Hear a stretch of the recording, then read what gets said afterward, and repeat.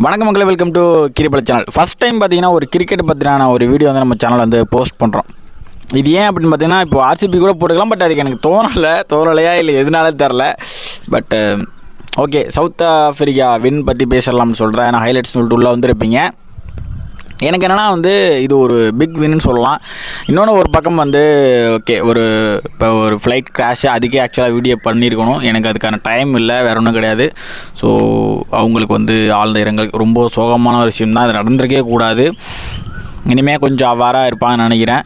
அதை பற்றி நம்ம செப்பரேட்டாக வேணாம் இன்னொரு வீடியோ பண்ணுவோம். ஓகே, சவுத் ஆஃப்ரிக்காவோட ஒரு வின்னிங் மொமெண்ட் அப்படிங்கிறது வந்து இன்றைக்கி நான் லைவாக வந்து உட்காந்து எப்படா சீக்கிரம் அடிக்கடா, அந்த 282 அடிக்கடா அப்படின்னு சொல்லிட்டு ஒரு 40 ரன்னே நான் கிட்டத்தட்ட ஒரு 3 மணி நேரம் பார்த்தேன். நான் டெஸ்ட்டு பார்க்குற எனக்கு பிடிக்காது. எனக்கு டெஸ்ட்டு மேட்சே சுத்தமாக பிடிக்காது. ஏன்னா ரொம்ப லாங்காக போயிட்டு இருக்குமா, எனக்கு ஒரு மாதிரி போர் அடிக்கும். நான் உட்காந்து பார்க்க மாட்டேன். ஆக்சுவலாக நான் கிரிக்கெட்டே சின்ன வயசுலேருந்தே எனக்கு பிடிக்காது பார்க்குறதுக்கு. இந்த ஐபிஎல் அப்படின்னு ஒன்று என்ட்ரான பிறகு தான் கிரிக்கெட் வந்து டைமுங்கிறங்கிறது தான் வந்து ஒரு பெரிய இதாக இருந்திருக்கு. லேக் ரொம்ப இருக்கிறதுன்னு சொல்லிட்டு ஸோ அதுக்கப்புறம் போடி பார்க்க ஆரம்பிச்சு. அப்புறம் இப்போ டெஸ்ட் இன்னிங்ஸ் எப்படின்னா, இந்த வின்னிங் பண்ணுற அதை கிட்டத்தட்ட ஒரு 50 ரன், ஒரு 100 ரன் அடிக்கிற மாதிரி இருக்கிறப்பனா உட்காந்து பார்ப்பேன். அப்படின்னு தவிர மற்றபடி ஃபுல்லாக உட்காந்து பார்க்க மாட்டேன். எனக்கு அது போர் அடிக்கும். ஆக்சுவலி இப்போயும் சரி, இன்னொன்று டோனி ரிட்டையர் ஆனதுலேருந்து நான் எந்த ஒரு டெஸ்ட்டு, ODI, T20 எதுவுமே பார்க்கறது கிடையாது. ஃபைனல்ஸ் அந்த மாதிரி வந்து வேர்ல்டு கப் நான் மட்டும் உட்காந்து பார்ப்பேன், அவ்வளோதான். அப்படிங்கும்போது இந்த test championship Australia versus south Africa, அதாவது கோட் யார், ஆஸ்திரேலியா. அவங்க தான் வந்து அத்தனை கப் வச்சுருக்காங்க. 5 ICC ட்ராஃபி வச்சுருக்கானுங்க. எல்லாத்துலேயும் வச்சுருக்காங்க, எல்லா ஃபார்மெட்லையும் வச்சுருக்கானுங்க. அப்படிங்கும்போது இந்த பக்கம் சவுத் ஆஃப்ரிக்கா யார் இது வரைக்கும் ட்ராஃபி வின் பண்ணலை ஒரு பெரிய டீமில் அப்படி பார்த்திங்கன்னா சவுத் ஆஃப்ரிக்கா. நியூசிலாந்து இன்னும் இருக்குது. அந்த டீமும் ஆயிடுச்சுன்னா அது பயங்கர மனநிறைவாக இருக்கும். சவுத் ஆஃப்ரிக்கா வாங்கணும். ஏன்னா பல ஃபைனல்ஸ் வந்து தோற்றுருக்காங்க, கிட்டத்தட்ட ஆர்சிபி மாதிரி. அது பார்க்கும்போது ரொம்ப பெயினாக இருந்துச்சு. இந்தியா கூட லாஸ் ஆகும்போது கூட ஜெயிச்சிருக்க கூட அப்படிலாம் தோணிருக்கு. ஏன்னா இந்தியா வச்சுருக்காங்க ட்ராஃபி. ஸோ அப்படி இருக்கும்போது இந்த ஒரு மேட்ச் வந்து ஓகே, டெஸ்ட் சாம்பியன்ஸ் IPL முடிச்சுட்டு ஆர்சிபி வந்து ஜெயிச்சாச்சு. கோலிக்காக நம்ம வந்து எமோஷனலாக வந்து ஃபீல் பண்ணோம். அதுக்கப்புறம் அதில் அவங்களே மண்ணலி போட்டாங்க. மீன்ஸ் அங்கே உள்ள மேனேஜ்மெண்ட் சரியில்லாமல் க்ரௌடை வச்சு அதில் அத்தனை பேர் வந்து இறந்தாங்க. அந்த விக்டரியை இன்னும் ஆர்சிபியால் கண்டினியூவாக செலிப்ரேட் கூட பண்ண முடியல, ட்வீட் கண்டினியூஸாக போட முடியல, அது இக்னோர் பண்ணிடும். அதுக்கப்புறம் இப்போது சவுத் ஆஃப்ரிக்கா ஆஸ்திரேலியா இந்த டெஸ்ட் இன்னிங்ஸுங்கிறது போயிட்டுருந்துச்சு.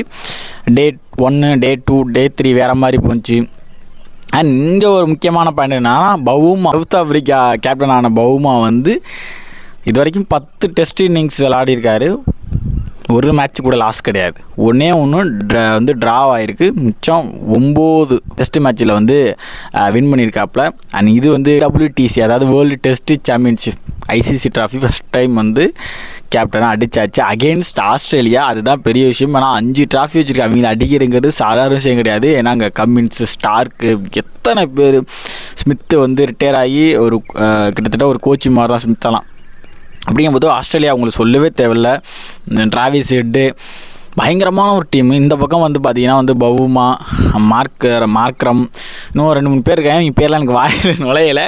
ஏன்னா புதுசாக இருக்காங்க. நம்ம ஒவ்வொரு ஃபார்மேட்டுக்கும் பிளேயர்ஸ் மாறுவாங்க. T20க்கு ஒரு பிளேயர்ஸ் இருப்பாங்க, ODIக்கு ஒரு பிளேயர்ஸ் இருப்பாங்க, டெஸ்ட்டுக்குன்னு சொல்லிட்டு ஒரு பிளேயர்ஸ் இருப்பாங்க. இது எல்லா ஃபார்மேட்டிலும் ஆள்றது வந்து ஒரு சில பேர் தான். ஸோ இதில் வந்து மார்க்ரம் விளையாடும்போது மார்க்ரம் வந்து இங்கே ஒரு பயங்கரமான ஒரு ஸ்கோரு. அதுக்கு முன்னாடி பவுமா வந்து பார்த்திங்கன்னா 64 or 69 நினைக்கிறேன். சரியான ஒரு பேட்டிங். ஏன்னா டெஸ்ட்டை பொறுத்த வரைக்கும் 10 ரன்னுங்கிறது பெரிய விஷயம். நீங்கள் நினைப்பீங்க என்னடா 10 ரன்னு, அது 50 பாலுக்கு அடிக்கிறானுங்க அப்படின்னா அது கிடையாது. ஒவ்வொரு பாலும் இங்கேருந்து பயங்கரமாக இருக்கும். டெஸ்ட்டுங்கிறதே ரொம்ப டிஃப்ரெண்ட்டாக இருக்கும். அந்த ரெட் கலர் பாலுங்கிறது பார்க்கும்போது ரொம்ப வெயிட்டாக மாதிரி ஃபீல் ஆகும். பட் ரெண்டும் ஒரே மாதிரி தான் நினைக்கிறேன். பட் பார்க்குறதுக்கு ரொம்ப டிஃபிகல்ட்டாக இருக்குன்னா 150 ரன் அடிப்பா, 150 பால் பிடிச்சி 20 ரன் அடிப்பாங்க. ஆனால் அது முக்கியமாக இருக்கும் அந்த 20 ரன். ஏன்னா இங்கே டைம் பார்ப்பாங்க, இன்னிங்ஸ் இது இருக்குது. ஸோ ஒரு டைம் பீரியடுக்குள்ளே விளையாடணும். அப்படி இல்லைனா அது அவ்வளோதான், அடுத்த இன்னிங்ஸுக்கு மாறிடும். அப்படி இல்லைனா அந்த மேட்ச் முடிஞ்சிடும். இந்த மாதிரி நிறைய விஷயம் இருக்குது டெஸ்ட்டை பொறுத்த வரைக்கும். அப்படிங்கும்போது இதில் வந்து ரொம்ப பொறுமையாக தான் ஆடி ஆகணும்.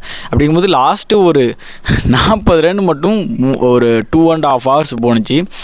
பயங்கரமாக அதுலேயுமே 3 விக்கெட் லாஸ் ஆன மார்க்ரம் வந்து செஞ்சுரி போட்டு 136வது ரன்னில் வந்து அவுட்டு. ஓகேவா, ஹோல் ஸ்டேடியம் இன்க்ளூடிங் ஆஸ்திரேலியா பிளேயர்ஸுமே வந்து அப்ரிஷியேட் பண்ணாங்க, கிளாப்ஸ் பண்ணாங்க. வேறு லெவல். அங்கே ABD உட்காந்து வீடியோ எடுத்திருந்தாப்புல, அதெல்லாம் பயங்கரமான டச்சிங்கு. ஒரு பக்கம் ஸ்டெயின் வந்து ஹாப்பியாக இருக்காப்புல. ஸோ இந்த மாதிரி நிறைய வேர்ல்டு கிரிக்கெட் பிளேயர்ஸும் சரி, ஆடியன்ஸும் சரி, இந்தியாவில் சரி, அவ்வளோ ஃபேன்ஸ் வந்து சவுத் ஆஃப்ரிக்கா. இன்றைக்குமே வந்து ஒருத்தன் லாஸ் ஆகிட்டே இருக்கான், அவனுக்கு ஒரு விக்ட்ரி கிடைக்கல. அப்படி ஜெயிக்கும்போது அந்த கூட இருக்கிறவங்களும் அந்த ஹார்ட் ரொம்ப சந்தோஷப்படும். காரணம் வந்து அந்த மாதிரி உட்காந்துருப்பாங்க அவங்க லைஃப்லேயும் வந்து ஓகே இன்னும் அமையலை சரியா அமையலை அப்படிங்கும்போது ஒரு இடத்துல ஜெயிக்கும்போது மற்றவங்க ஜெயிக்கும்போது தான் ஜெயிச்ச மாதிரி எங்கள் ஒரு ஃபீல் உருவாகும். ஸோ இதுதான் நம்ம எல்லாருமே ஹியூமனாக ஒரு இடத்துல கனெக்ட் ஆகுது. அதனால ஸ்போர்ட்ஸை வந்து ரொம்ப லவ் பண்ணுறது, சினிமாவை ரொம்ப லவ் பண்ணுறது காரணம் அதில் யாரும் ஒரு மிட்லேருந்து போய் ஜெயிக்கிற பார்க்கும்போது ஒரு சந்தோஷம் கிடைக்கும். ஸோ அதுதான் இங்கே வந்து சவுத் ஆஃப்ரிக்கா வின் பண்ணும்போது ஒரு பெரிய ஹாப்பினஸாக இருக்குது. ஸோ மார்க்ரம் இன்னும் பயங்கரமான ஒரு பிளே. மார்க்ரம் அங்கே இல்லைன்னா சொல்லியிருக்க முடியாது. பவுமா இவங்க 2 பேரும் வந்து ஹோல்டு பண்ணி டீமை வந்து வின் பண்ணுற இடத்துக்கு கொண்டு போனாங்க. ஸோ பயங்கரமாக அந்த பக்கம் ஸ்டார்க்கோட பவுலிங்கெல்லாம் வெறித்தனமாக இருக்குது.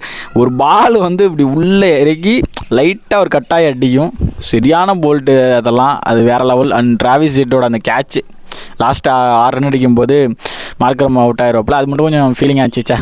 மார்க்ரம் வின் பண்ணியிருந்தால் அது வேறு லெவல் அப்படிங்கிற மாதிரி. சரி ஓகே, நாக் என்றைக்குமே அது பேசப்படும்.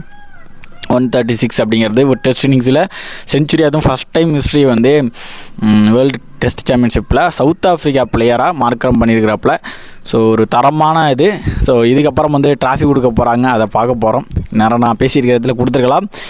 அண்ட் வேறு லெவல் மேட்ச்சு, வேறு லெவல் ஒரு வைப்பு. டெஸ்ட்டை பார்த்து நான் அவ்வளோ ஹாப்பியாக வரேன். ஃபஸ்ட் டைம் இதுதான் நினைக்கிறேன். ஏன்னா சவுத் ஆஃப்ரிக்கா அப்படிங்கும்போது ஏன்னா வேர்ல்டு டெஸ்ட் சாம்பியன்ஷிப், ஒரு வேர்ல்டு கப், ஓகேவா, சாதாரண விஷயம் கிடையாது. ஏன்னா T20 ODI அப்படின்னா இதுவும் வேர்ல்டு கப்பு தான், ஓகேவா. இது ஒன்றும் தனியே கிடையாது, டெஸ்ட்டுன்னு வருது அவ்வளோதான். மற்றபடி இதுவும் வேர்ல்டு கப்பு தான். ஸோ ஃபஸ்ட் டைம் வந்து சவுத் ஆஃப்ரிக்கா வாங்கியிருக்கு. ஸோ இந்த இடத்துல ஒரு மோட்டிவேஷனாக ஒன்று சொல்லிக்கிறேன்.